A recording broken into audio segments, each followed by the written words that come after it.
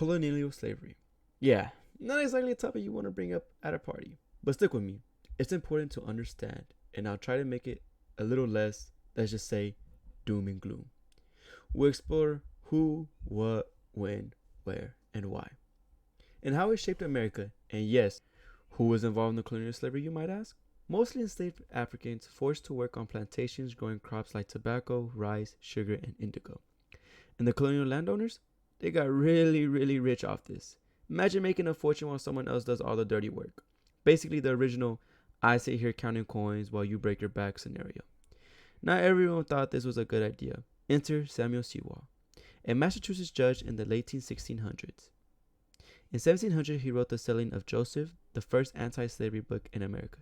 He basically said, maybe enslaving humans isn't a great moral choice after all. Revolutionary, am I right? So what actually happened? Africans was forced to work long hours on plantations, no breaks, no pay, no freedom. Picture a job worse than Monday mornings with way more chains. They were treated as property, bought, sold, and punished at the owner's whim. Families were torn apart and resistance could be deadly. And yet, despite all this, enslaved people found ways to survive, resist, and maintain hope. Sometimes through faith, sometimes through song, or even by secretly laughing at their owners. Colonial slavery officially began in 1619, when the first enslaved Africans arrived in Jamestown, Virginia. From there, slavery spread like, well, a really awful trend no one wanted but everyone participated in.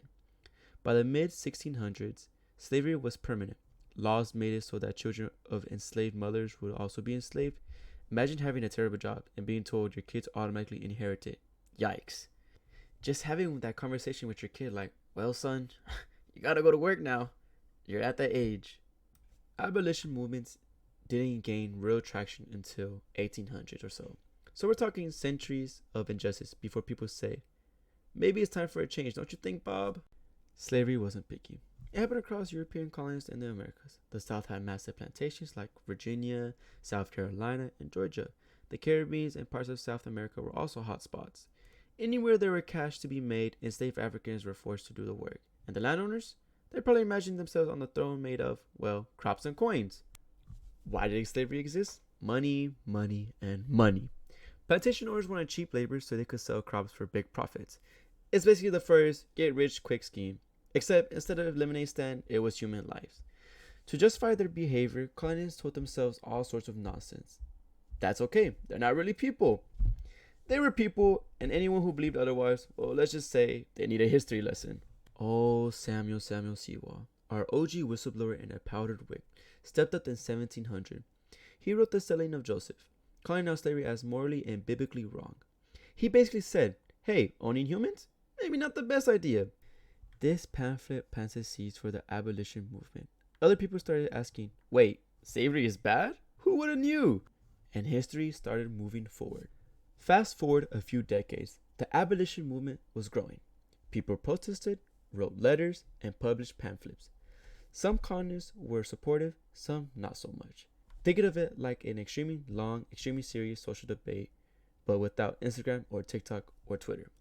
Still, people argued, petitioned, and challenged the system because some injustices are just too obvious to ignore. Eventually, tensions exploded. The North said, slavery? Yeah, no thanks. The South said, slavery? Absolutely yes. Don't touch it. Arguments turned into fighting, and in 1861, the Civil War began. 4 years of battle later, the Union won, and in 1865, the 13th Amendment abolished slavery. Finally, freedom! And yes, the South had to rethink its whole plantation business model. Colonial slavery shaped America's economy, culture, and moral struggles. It was awful, yes. It was cruel, yes. But it also sparked courage, resistance, and change. From Samuel Sewall's pamphlet to abolitionists and brave enslaved people themselves, history reminds us that even the darkest systems can be challenged. So yes, colonial slavery was terrible, but studying it, understanding it, and even laughing a little at absurdity of some human greed help us learn for the future. So that's the end of it, guys. Thanks for watching. Like, comment, subscribe for more history. Actually, this is the last video I'm ever doing. This was like time consuming and everything. But thanks for watching. Bye. Also, guys, please laugh. Like, this wasn't for nothing.